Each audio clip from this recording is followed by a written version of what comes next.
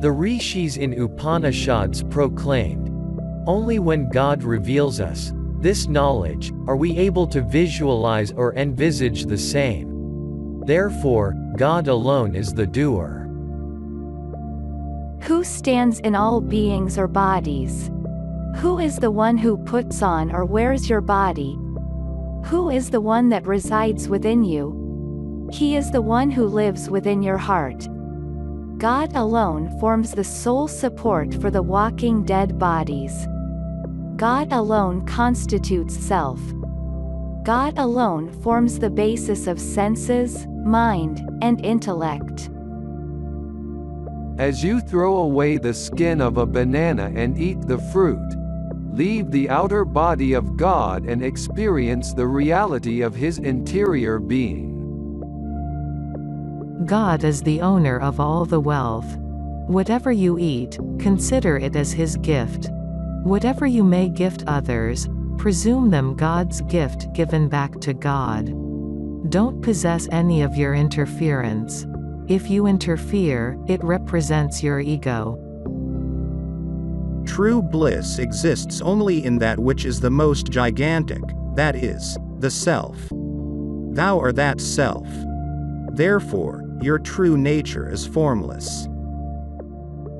The self, the very nature of which is existence, is beyond the world, body, and mind. It is beyond time and place. It is painless and sorrowless. One who desires to realize self should be as careful as the one who walks on the edge of a sharp razor. If you insult others through words, the one who is insulted will possess a longer lifespan, and you will die soon, as your lifespan gets added to theirs. Don't utter anything that is not beneficial. Carelessness and dissipation of mind or non-concentration are not tolerable. Only service and sacrifice have been insisted on throughout the Upanishads.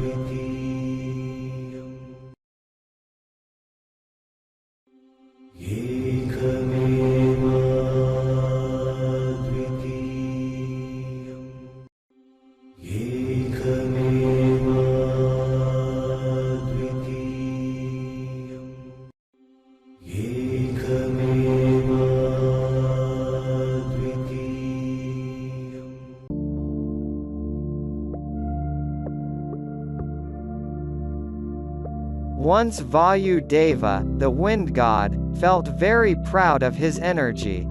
Looking at his pride, the all-pervading Brahman withdrew his power from Vayudeva.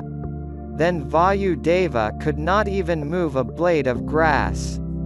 Vayudeva then realized that it was not his energy but the energy of the all-pervading Brahman that drives the entire universe.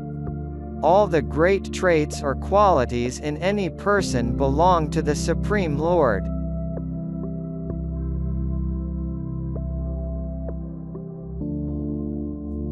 A disciple approached his guru and requested him to give an instruction. The guru replied, Da, Da, and Da. Understand these three and try to put them into practice. The first Da refers to Dhamma, controlling the senses and the mind. A person devoid of sense control and mind control cannot achieve anything spiritually and materially. True self-control lies in not being disturbed even when the objects of temptation are in front of you. The second Da refers to dana, that is, charity. Every person should have the habit of giving. K.V. Ramana, a software company owner, is an ardent devotee of Shirdi Sai. He donated hundreds of crores of rupees to the Shirdi Sai Trust, asking them to utilize it for service and educational purposes. The Board of Trustees expressed their gratitude towards him. Then Mr. Ramana replied, I got this money only by the grace of God. I offer him back the money that he gave me. Therefore express your gratitude towards God. Mr. Ramana never felt that he had done an excellent task. He donated hundreds of crores of rupees as easily as one would donate a banana in a betel leaf. It will only increase your ego if you crave recognition for your tasks. The Bible states that one should donate 1/10 of his earnings. The third Da refers to Daya, that is, compassion. Don't do any task mechanically but possess compassion within your heart. You may help others with money, word, or food. Whatever it may be, do it compassionately. Your compassion should raise their state of consciousness. You are wicked if you don't feel compassion for the foodless and the shelterless. Money and compassion are not correlated. One need not express their compassion in monetary terms alone. It can also be in the form of imparting education to the illiterate or in any other way that paves the path for others' reformation. Gautama Buddha represents compassion taking the human form. Compassion begets a transformed mind and inner reformation.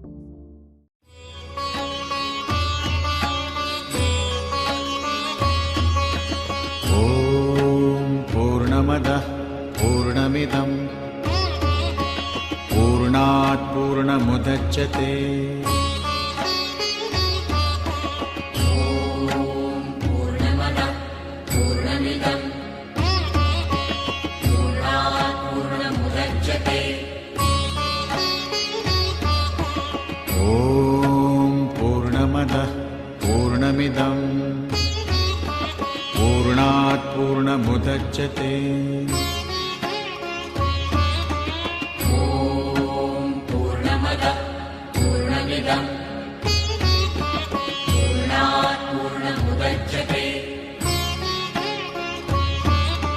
Purnasya Purnamadaya Purnamevavashishyate Purnasya Purnamadaya Purnamevavashishyate Purnasya Purnamadaya Purnamevavashishyate Purnasya Purnamadaya Purnamevavashishyate Om Shanti Shanti Shanti Om Shanti Shanti Shanti Om Shanti Shanti Shanti Om Shanti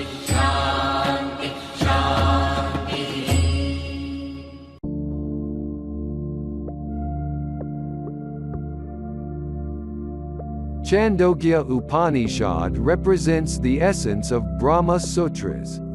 According to Chandogya Upanishad, one should be very careful in their food intake. The food that we eat converts into mind. In Chandogya Upanishad, Narada asked Sanat Kumara, "I learned every science. Yet, I possess sorrow. Why is it so?" Sanat Kumara replied, "You learned all the sciences that are related only to this material world. You did not learn that science by which you will experience your true nature. Your sorrow will vanish only when you realize who you are. Until then, sorrow is inevitable." Kathopanishad represents the essence of the Bhagavad Gita. The Kathopanishad states, Brahman reveals itself only to them to whom it wants to reveal. The Kathopanishad asks who is a fool and answers thus. One who thinks that there is no life after death, that life is finished with the burial ground, that there is no state of immortality, and who doesn't have the experience of awareness, who reap the fruits of one's actions. Such a person is a fool. In the Kathopanishad, God Yama, the god of death, advised Nachiketa, "Why do you want self-knowledge in this tender age? You get married. I will bestow you with kingdoms, elephants, and all the luxuries of life. Why do you say that you must transcend death and attain immortality?" Then Nachiketa replied, "Even if you bestow me with all the above, are all these permanent?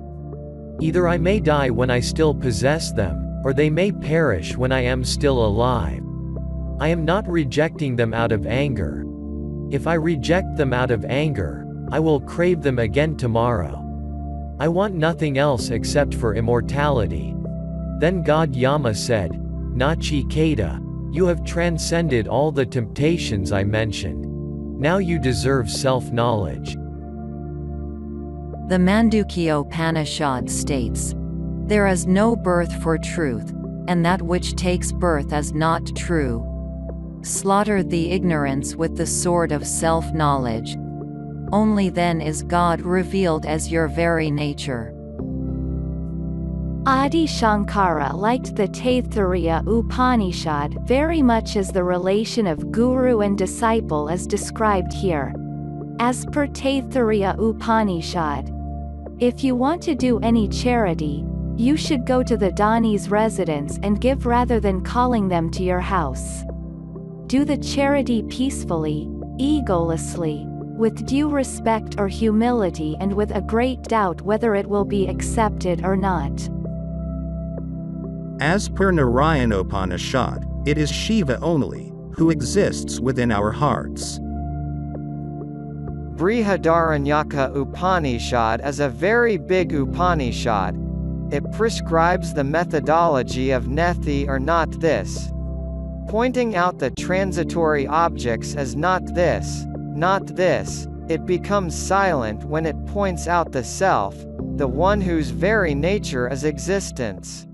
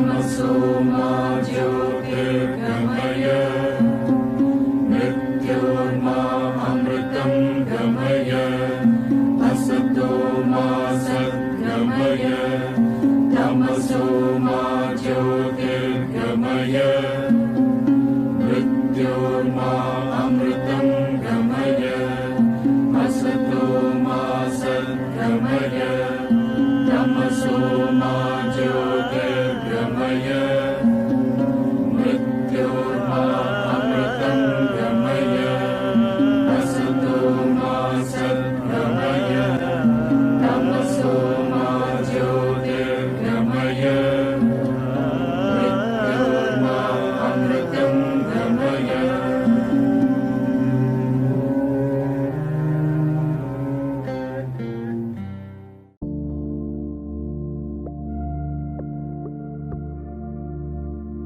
Change exists for the time but not for the truth or Brahman within our hearts. The Brahman within our hearts is not related to either birth-death, time, action, the good-bad, or the light-darkness. It is always beyond our thoughts and notions. Both the Jiva and Brahman exist within the heart. Jiva does the work and also experiences its fruit. Brahman neither works nor experiences the fruit thereof but remains as the witness. Darkness implies taking birth as Jiva. Jiva is the synonym for mind or ego sense. Jiva always identifies with the non-self like the body, honor, power, money, etc., leading to darkest nights. We need to be careful about the tendencies of Jiva, for they are not true. God is truth, and Jiva is false. We have left the truth and caught hold of the false. We have left the things and clung to their shadows. Therefore, we should get released of those tendencies like the likes, dislikes, lust, anger, etc., that form the very breath of Jiva. Our friendships are not true. Our enmities are not true enmities. Our jealousies are not true. It is because whoever we consider our enemies today may become our friends tomorrow and vice versa. It is prevalent in politics. All these happen in the process of time. Only the Jiva calls so and so as his friend or so and so as his enemy. Only the Jiva asks to love so and so a person or to hate so and so person. It is only the Jiva who brings the ups and downs. It is only the Jiva who cries and bleeds when struck by the blows of destiny. We identify ourselves to be Jiva and not as Brahman. Being Brahman implies light. Being Jiva means darkness.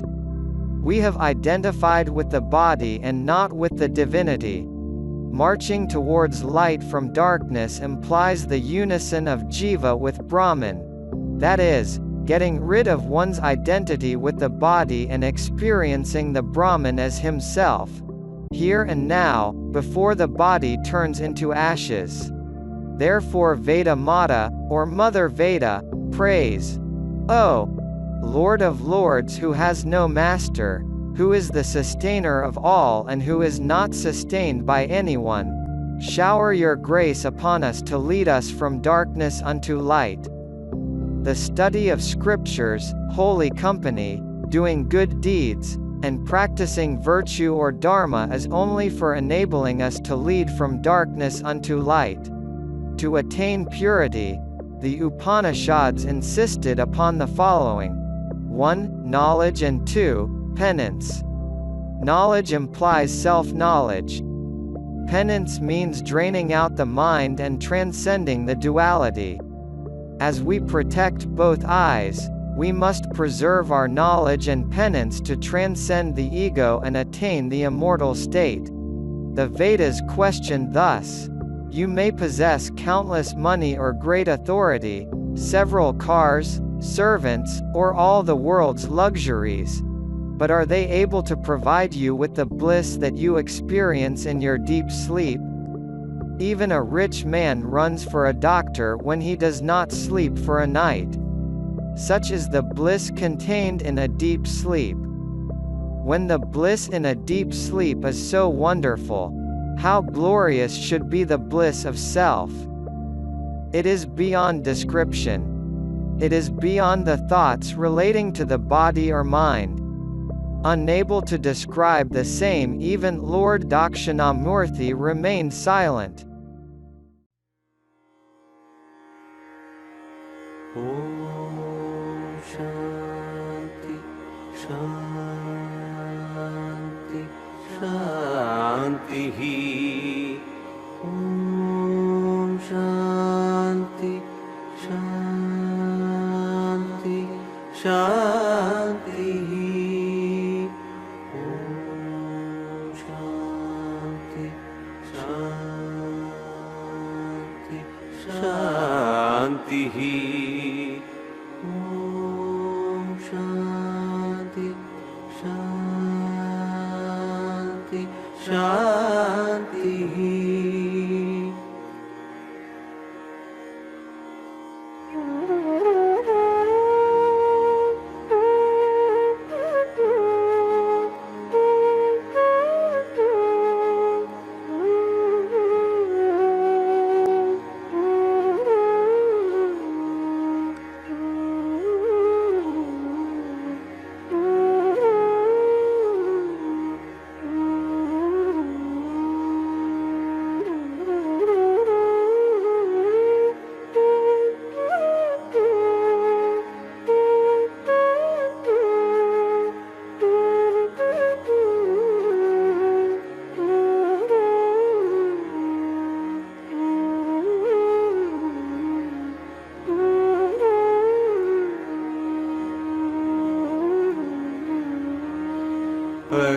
Asatoma Sadgamaya Tamasoma Jyotirgamaya Mrityorma Amritangamaya Shanti Shanti Shanti Shanti Shanti Shanti Shanti Shanti Asatoma Sadgamaya Tamasoma Jyotirgamaya Mrityorma Amritangamaya Shanti Shanti Shanti Shanti Shanti Shanti Shanti Shanti.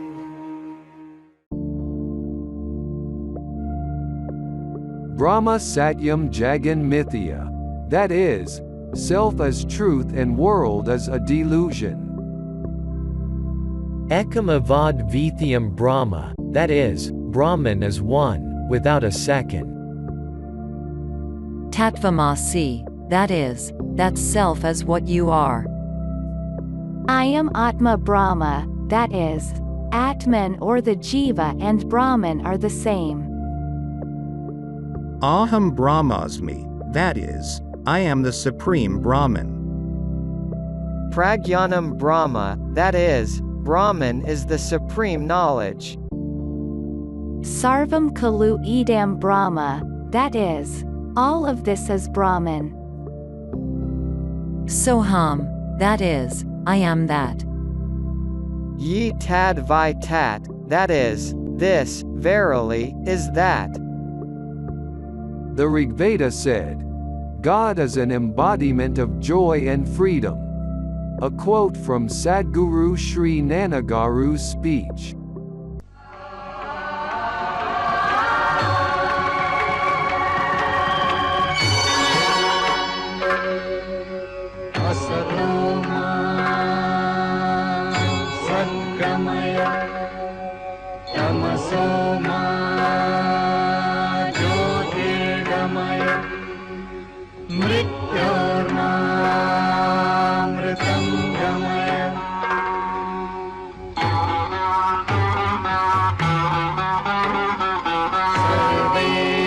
सुखिनः सन्तु सर्वे सन्तु निरामया सर्वे भद्राणि पश्यन्तु मा कश्चित् दुःखभाग् भवेत्